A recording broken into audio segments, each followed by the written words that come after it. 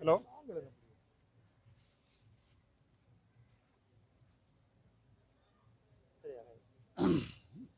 இன்று பாலமுனை கோவிட் சிகிச்சை நிலையத்திலே கோவிட் நோயாளிகளின் உடலியல் கழிவுகளூடாக இந்த நிலம் பாதிப்படைகிறது, நிலக்கீழ் நீர் பாதிப்படைகிறது என்ற அடிப்படையில் எங்களுடைய இந்த இந்த சிகிச்சை நிலையத்தை சுற்றி இருக்கின்ற மக்கள் பாதிக்கப்படுகிறோம் என்ற அடிப்படையில் நாங்கள் ஒரு வழக்கினை அக்கரைப்பற்று நீதவான் நீதிமன்றத்திலே பொதுத்தொல்லைகள் என்ற அடிப்படையிலே நாங்கள் தாக்கல் செய்திருந்தோம்.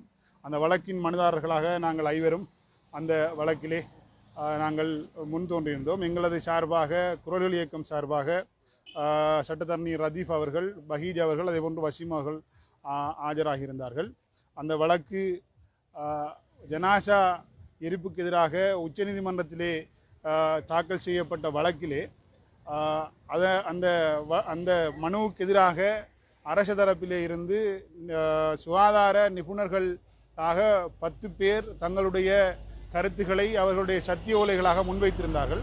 அந்த முன்வைக்கப்பட்ட சத்திய ஓலைகளிலே அவர்கள் இந்த ஒரு கோவிட் நோயாளியினுடைய உடலியல் கழிவுகளூடாக இந்த நிலத்திலே சேர்கிற போது அந்த நிலத்தடி நீர் என்பன பாதிக்கப்பட்டு அந்த அந்த அந்த நிலத்தடி நீர் என்பன கோவிட் தொற்றுக்குள்ளாகும், அதனூடாக கோவிட் அந்த வைரஸ் கடத்தப்படும் என்று அவர்கள் அங்கே அந்த வழக்கிலே முன்வைத்த அந்த அவர்களுடைய நிபுணத்துவ ஆலோசனையை அடிப்படையாக வைத்து இங்கே 80 நோயாளிகள் இந்த வைத்தியசாலையிலே தங்கி சிகிச்சை பெற்று வருகிறார்கள்.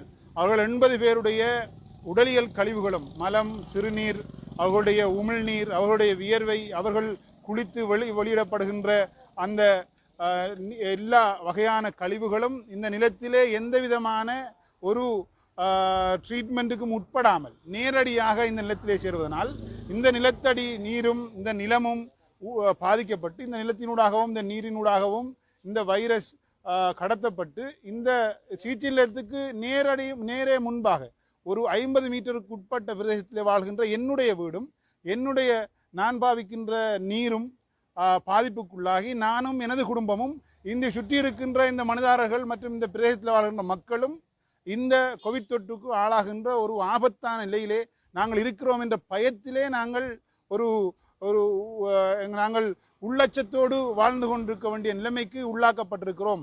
நாங்கள் மனம் சஞ்சலப்பட்ட நிலையிலே வாழ்ந்து கொண்டிருக்கிறோம் என்று அந்த ஜனாசா எரிப்பு வழக்கிலே முன்வைக்கப்பட்ட அந்த ஜனாசா எரிக்கப்படத்தான் வேண்டும் என்று அடிப்படையில் முன்வைக்கப்பட்ட அரச சார்பான சுகாதார நிபுணர்களுடைய கருத்துக்களை அடிப்படையாக வைத்துதான் நாங்கள் வழக்கினை தாக்கல் செய்திருக்கிறோம்.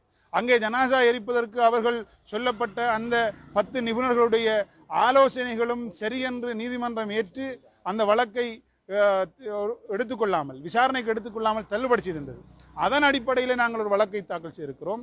இங்கு இந்த வைத்தியசாலையில் இருக்கிற 80 நோயாளிகளுடைய உமிழ்நீர், சிறுநீர், மலம், அதே போன்று அவருடைய ஏனைய கழிவுகள், அவர்கள் பாவிக்கின்ற பொருட்களுடைய கழிவுகள் அனைத்தும் ஒரு ட்ரீட்மெண்ட்டுக்கு உட்படாவிட்டால் இந்த பகுதி மக்கள் நாங்கள் பாதிக்கப்பட போகிறோம் என்பதை எங்களுக்கு காட்டி தந்த அந்த வைத்திய நிபுணர்களுக்கு, ஜனாசா எரிப்பிலே எதிராக வந்து சாட்சியம் சொன்ன அந்த நிபுணர்களுக்கு நாங்கள் நன்றி கூட கடமைப்பட்டிருக்கிறோம். நாங்களும் பாதிக்கப்பட்டிருக்கிறோம் என்பதை அவர்கள் எங்களுக்கு சொல்லியிருக்கிறார்கள்.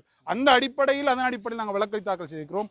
உடனடியாக இதற்கான ஒரு ட்ரீட்மெண்ட் பிளானை இங்கே உடனடியாக நிறுவ வேண்டும், அல்லது இந்த ட்ரீட்மெண்ட் சென்டர்கள் இலங்கையிலே எந்த இடத்திலும் இல்லாமல் அகற்றப்பட வேண்டும்.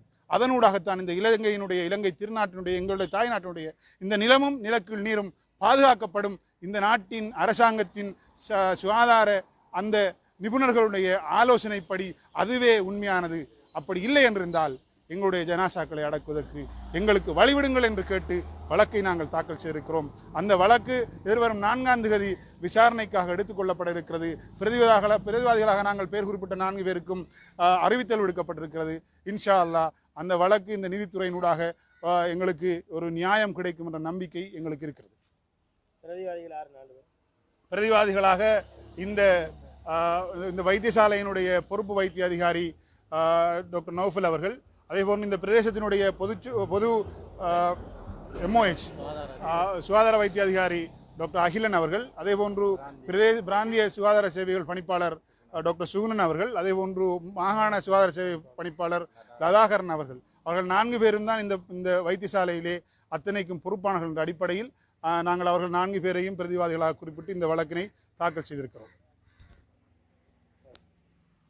சிங்களத்திலே கொஞ்சம் சொல்றா போடுவாங்க.